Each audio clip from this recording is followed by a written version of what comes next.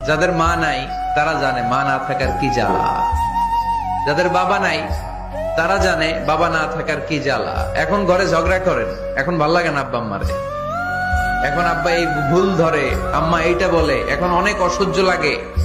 যেদিন চলে যাবে ওই দিন বুঝতে পারবেন মাথার উপর থেকে ছাতাটা নাই হয়ে গেছে, বট বৃক্ষটা চলে গিয়েছে, আর উপদেশ দেওয়ার মতো কেউ নাই, কাছে আগলে রাখার মতো কেউ নাই। এজন্য কষ্ট যখন পাবেন, অসুস্থ যখন হবেন, ওইখানেও আনন্দ করবেন, কারণ সামনে আরাম আসতেছে। সুবহানাল্লাহ পড়েন। মুমিনের হারাবার কিছু নাই, দুঃখ পাওয়ার কিছু নাই, তার রোগের মাধ্যমে তার গুনাহ ঝরে যায়, সে আল্লাহর কাছে প্রিয় হয়ে ওঠে। তোমাকে নিজের মেয়ের মতো দেখবেন, সমাধান আমি দিচ্ছি। কেমন দেখতে হবে? নিজের মেয়ের মতো। নিজের মেয়ে সকালে ঘুম থেকে ওঠে 11টা, ওইটার সমস্যা নাই। বৌমা কেন উঠলো না, ওইখানেই ঝামেলা। আছে না নাই? মেহেরবানি করে আপনার বৌমাকে আপনার নিজের মেয়ের মতো দেখেন। নিজের মেয়ের যেমনি আদর করেন তাকেও অমনি আদর করেন।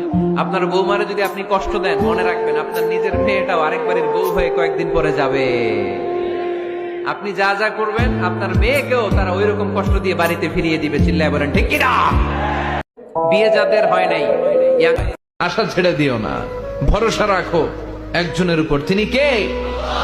You will find your way. তুমি তোমার রাস্তা খুঁজে পাবে, আর তোমাকে রাস্তা দেখাবে কে? ঠিক কিনা? আমরা কখনো হতাশ হই না, আমরা কখনো নিরাশ হই না। আব্দুল্লাহ, রিজিক নিয়ে চিন্তিত হয়ো না, রিজিক নিয়ে পেরেশান হয়ো না। প্লে ইউর রোল, রিজিক ইজ ফিক্সড। যেটা তুমি পাওয়ার তুমিই পাবা, যেটা তুমি পাওয়ার কথা না চেষ্টা করেও সেটা তোমার কাছে আসবে না। আশহাদু আল্লা ইলাহা ইল্লাল্লাহ وحده لا شريك له وأن محمدا عبده ورسوله।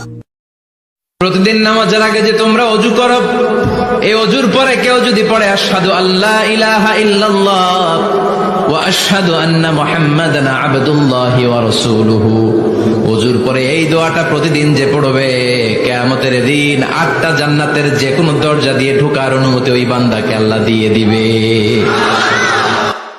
জীবন নিয়ে এত ভাববেন না। জীবনের উত্থান আছে, পতনও আছে, জোয়ার আছে, ভাটাও আছে। জীবনের সুসময় আছে, দুঃসময়ও আছে। জীবন সব সময় একই গতিতে চলে না। ভরসা রাখেন আল্লাহর উপর। লা তাহজান, ডোন্ট বি ফ্রাস্ট্রেটেড।